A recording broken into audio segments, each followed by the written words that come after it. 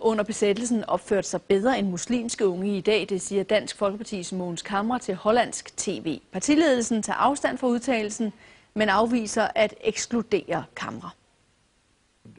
Sammenligningen mellem den tyske besættelsesmagt og unge muslimer faldt på hollandsk tv. Nobody should be in doubt about my attitude towards Nazism, but the German soldiers in our streets behaved better than the Muslim boys, much better. They were well disciplined. Dansk Folkepartis næstformand tager i dag skarpt afstand fra udtalelserne. Jeg synes, det er utidigt. Jeg synes ikke, at de to ting overhovedet kan sammenlignes. Det var ganske forfærdeligt, hvad der skete under 2. verdenskrig, og det synes jeg slet ikke, vi kan bringe ind i den sammenhæng.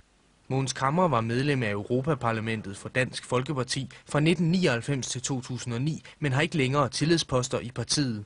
Trods kritikken fra partiledelsen i dag, står han fast. Sammenligningen med tyske soldater er på sin plads. Er det ikke voldsomt provokerende over for de mange muslimske unge, der er i dagens Danmark, at du laver den sammenligning? Nej, det synes jeg ikke, det er, fordi jeg stempler ikke alle. Jeg siger bare i overensstemmelse med kriminalstatistikken, at der er simpelthen for mange. Udtalelsen fra Mogens Camre skaber i dag vrede i muslimske miljøer. Jeg synes, det er fuldstændig forrygt at sammenligne nazisternes holdninger og deres måde at være på i Danmark under 2. verdenskrig, og sammenligne det med unge muslimske i Danmark. Det er ikke første gang, at et medlem fra Dansk Folkeparti trækker overskrifter med kontroversielle udtalelser om indvandrere.